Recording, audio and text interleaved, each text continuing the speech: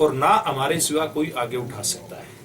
इतना बड़ा कदम उठाया, विधानसभा में पारित कर दिया, उसके बाद भी हरियाणा में अगर अशांति होती है तो आप समझ सकते हैं कि कितना बड़ा कोई राजनीतिक षड्यंत्र इस बात के पीछे था। लेकिन उस घटना के बाद से चाहे वो जाट समुदाय के लोग हैं, चाहे अन्य सामाजिक वर्गों के लोग हैं, सब इस बात को समझ चुके हैं कि कुछ लोगों ने बड़ी घृणित राजनीति हरियाणा प्रदेश में करने का काम किया।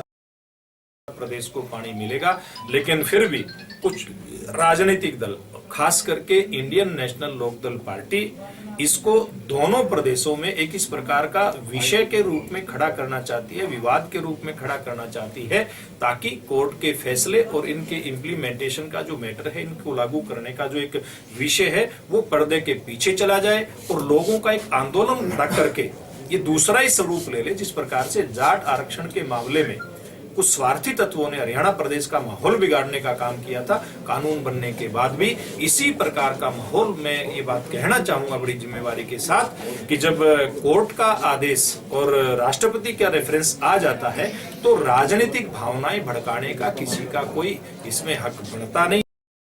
उनको फसल का जो नुकसान हुआ, यानी कि एवरेज से कम उनके खेत में अगर औसत आई है, तो क्रॉप कटिंग जो एक्सपेरिमेंट है वो अगर ये बताता है कि आपकी फसल औसत से कम आई है, उसकी उपज कम आती है, तो सरकार उसका मुआवजा देगी। एक बात। दूसरा भी, मुख्यमंत्री जी ने भी, मैंने भी और भी काफी स्थानों के ऊपर पिछली जो फसल किसी भी कारण से किसान की खराब हुई है, विद्वान व्यक्ति पढ़े तो फिर इस प्रकार का सवाल उठने का सवाल ही नहीं पैदा होता। मैं समझता हूँ हमारी सरकार उस दिशा में तेज गति से आगे बढ़ रही है। और जहां तक बात है, स्वामीनाथन ने एक बात और कही थी कि किसान को उसकी फसल का लाभकारी मूल्य मिलना चाहिए। इस बार देश के प्रधानमंत्री ने बहुत सालों के बाद इतना रेट गेहूं का बढ़ाया, 100 रुपए प्रति क्विंटल। या अटल बिहारी वाजपेयी जी जब प्रदेश के प्रधानमंत्री थे, उन्होंने एक मुश्त 100 रुपए इसका गेहूं की फसल का दाम बढ़ाया था, या हमारे प्रधानमंत्री ने बढ़ाया है।